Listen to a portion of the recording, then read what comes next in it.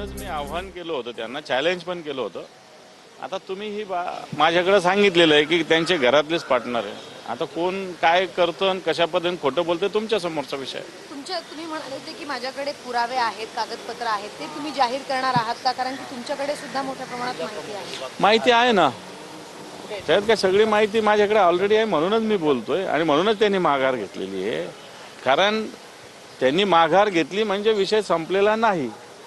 संजय शिरसाट या विषयातला महत्त्वाचा मुद्दा नाही. शासकीय यंत्रणा विशेषतः महसूल विभागाची आणि तिथले जे SDM राठोड यांची भूमिका सुद्धा महत्त्वाची आहे.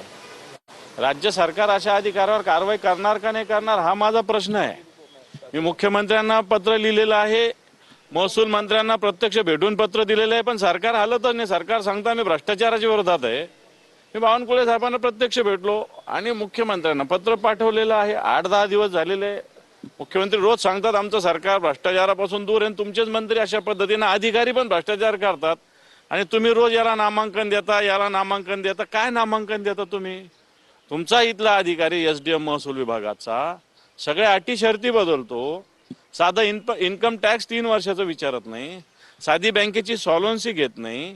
ज्या मालमत्तेचा लिलाव करायचा त्याचं करंट व्हॅल्युएशन काढलं पाहिजे असतं. करंट ज्या दिवशी टेंडर निघालं त्या दिवशीचं व्हॅल्युएशन काढलं पाहिजे. हा व्हॅल्युएशन कधीचं देतो? 1998. त्याच्या बापाचं राज चालू घ्या महसूल अधिकाऱ्याचा. उद्या त्याचं घर विकायचं काय करायचं? 98च्या व्हॅल्युएशन देणार का? तो 2025चं व्हॅल्युएशन का काढलं नाही? 2022चं व्हॅल्युएशन 160-170 कोटी आहे 2022चं. तर 2025चं काय येईल व्हॅल्युएशन तुम्हीच बघा. आणि हा काढतो 45 आणि 65 कोटीमध्ये टेंडर काढतो हा अधिकारी. या अधिकाराला सस्पेंड करावं लागणार आहे सरकारला, अधिकारावच लागणार आहे. परंतु जबाबदार मंत्र्यांकडनं स्वतःच्या मंत्रिपदाचा गैरफायदा या सगळ्या प्रक्रियेत करण्यात आलाय का? त्यामुळे त्यांनी राजीनामा द्यावा त्यांच्या पदावरची, अशी तुमची मागणी आहे? बिलकुल. यांनी पदाचा मिसयूज केलेला आहे. एखादा महसूल विभागाचा SDM मंत्री आणि ते पालकमंत्री तिथं त्यांचा दबाव असल्याशिवाय असं काम करू शकत नाही. पण अधिकाऱ्यांनी अशा पद्धतीनं दबावाखाली आलं नाही पाहिजे.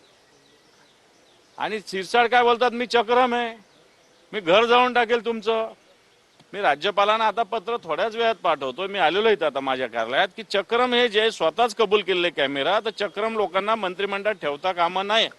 चक्रमचा अर्थ मराठीत वेडा असा होतो आणि मला असं वाटतं या मंत्रिमंडळात वेड्या लोकांना कशी काय जागा आहे? परंतु त्यांनी एक इशारा सुद्धा दिला आहे बोलत असताना. ते म्हणतात की माझ्याकडे सुद्धा अनेक लोकांचे रहस्य आहेत, ते मी हे मला असं वाटतं बँकेच्या व्यवहारावर बोलावं त्यांनी. रहस्य काढायचे तर त्यांचे रहस्य, मला असं वाटतं नितेश राणेच 8-10 दिवसापूर्वी काहीतरी बोलले होते. मी तर काही अजून बोललेलो नाही. मी अजून वेगळ्या विषयात जायची माझी इच्छा नाही. मागच्या काळात त्यांच्या घरात एक प्रकरण घडलं, मी त्याच्यावरही कधी चकार शब्द बोललो नाही. त्याच्यात काय काय झालं शेवटपर्यंत मला सगळ्या गोष्टी माहिती, पण मी त्याच्यात बोलणार नाही. मला त्याची घेणं देणं नाही त्या विषयाची. पण या हॉटेलच्या व्यवहारात महसूल विभाग, राज्य सरकार हे दोषी आहे. या महसूल अधिकाऱ्यावर सुद्धा कारवाई झाली पाहिजे. आणि जर शिरसाट चक्रम असतील हे त्यांनी स्वतः ऑन कॅमेरे कबूल केले तर मी राज्यपालांना पत्र लिहिल, चक्रम लोकांना मंत्रिमंडळात ठेवता कामा नये. तुमच्याकडे जर सगळे पुरावे आहेत तर मग तुम्ही ते जाहीर का करत नाही? सांगितलं ना सगळं. पुराव्याचे काय? आता तुम्ही सगळं सांगता, माझ्याकडे सगळी फाईल येऊन बघा. आता मी पाठवली, मुख्यमंत्र्यांना पाठवतो, राज्यपालांना पाठवतो, तुम्हालाही पाठवतो थोड्या वेळाने. शिरसाट म्हणाले होते की निलंबित केलेलं आहे. शिरसाट म्हणाले होते की मराठी माणूस पुढे जात असेल तर मग त्याच्यामध्ये पोटसू उठण्याचं कारण काय? मग मी वडापावची गाडी टाकतो. हे पहा, मराठी माणसांनी फार मोठं व्हावं, एकदम आभाळाला हात लावावा. त्यांनी 72व्या मजल्यावर लावलेला आहे हात, आणखी वरती लावावा, काही प्रॉब्लेम नाही आहे बरं का. त्याच्याविषयी आम्ही काही नाही, उलट आम्ही सपोर्ट करू. याच्यात काही लागलं आणखी त्यांनी टेंडर टाकावं, काही लागलं तर आम्ही थोडी बहुत मदत पण करू, पण तुम्ही नियमात कायद्यात करा असं आमचं म्हणणं आहे. सर, त्याच संजय शिरसाटांनी थेट आव्हान जे आहे ते आता ठाकरेंच्या शिवसेनेला दिलेलं आहे. एकीकडे सुधाकर बडगुजरांची तुमच्या पक्षातून तुम्ही हकालपट्टी केली आहे, पण दुसरीकडे चंद्रहार पाटील जे तुमच्याकडे होते ते देखील आता शिंदेच्या शिवसेनेच्या गळाला लागणार आहेत. त्यामुळे त्यांनी थेट आव्हान केलंय की तुमच्यात दम असेल तर हा पक्षप्रवेश रोखून दाखवा. कोणता पक्षप्रवेश? चंद्रहार पाटील. मला असं वाटतं एखादा माणूस इकडं किंवा तिकडं केल्याने पक्षाला काय, पक्ष हा महासागर असतो, सगळेच पक्ष काय आम्ही आमची शिवसेना थोडी म्हणतो. सगळेच पक्षाची एक सिस्टीम असते, एक संघटनाची सिस्टीम असते. एखादा माणूस बाजूला हटला म्हणून पक्ष थोडी संपत असतो. आणि कोणाच्या मनात काय आणि कोणाला जायचं याला थोडी कोणी बळजबरी थांबवू शकतं. त्यामुळे थांबवून दाखवा, करून दाखवा या विषयात मला असं वाटतं, ज्याला जायचं, ज्याचं मन रमत नाही, ज्याच्या मनाला मानत नाही, त्यांनी गेलं तरी काही हरकत नाही, त्याला थांबवायची काय गरज आहे. शिंदे गटाच्या मंत्र्यांची काल बैठक झाली आणि पुन्हा एकदा अजितदादा आम्हाला निधी देत नाहीत म्हणून नाराजी आहे ती एकनाथ शिंदेकडे व्यक्त केली. 2022 आता मांडीवर बसा म्हणा अजितदादाच्या, भुजबळांच्या. कारण ज्यावेळेस उद्धवजींना सोडून गेले होते त्यावेळेस काय काय तुम्ही सांगितलं होतं की अजितदादा निधी देत नाही म्हणून जातो. आता अजितदादा तुम्हाला निधी देत नाही असं तुमचीच बोंब आहे. आता मी एका मंत्र्यांकडे बैठक घ्यायला गेलो होतो, शिक्षण मंत्र्यांकडे. काही विषय होते शिक्षण विभागाचे, तर त्याच्या शिक्षकांना वेगवेगळ्या टप्प्यात पगार द्यायचा ठरलेलं आहे. 20% दिलेलं आहे, पुढचं द्यायचं ठरलेलं आहे. अजून कुठं देत नाही, कारण निधीच देत नाही. फायनान्स शिक्षण विभागाचा प्रस्ताव त्यांच्याकडे आहे.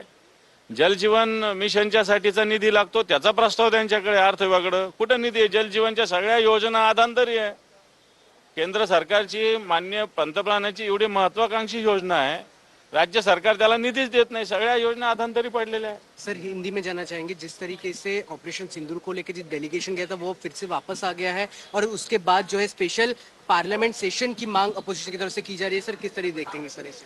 मैं समझता हूँ जिस प्रकार डेलीगेशन को अलग अलग देश में अपनी भूमिका रखने के लिए भेजा गया था, इसी प्रकार अपोजिशन ने जो डिमांड की है कि पार्लियामेंट में भूमिका रखने के लिए स्पेशल सेशन बुलाए जाए।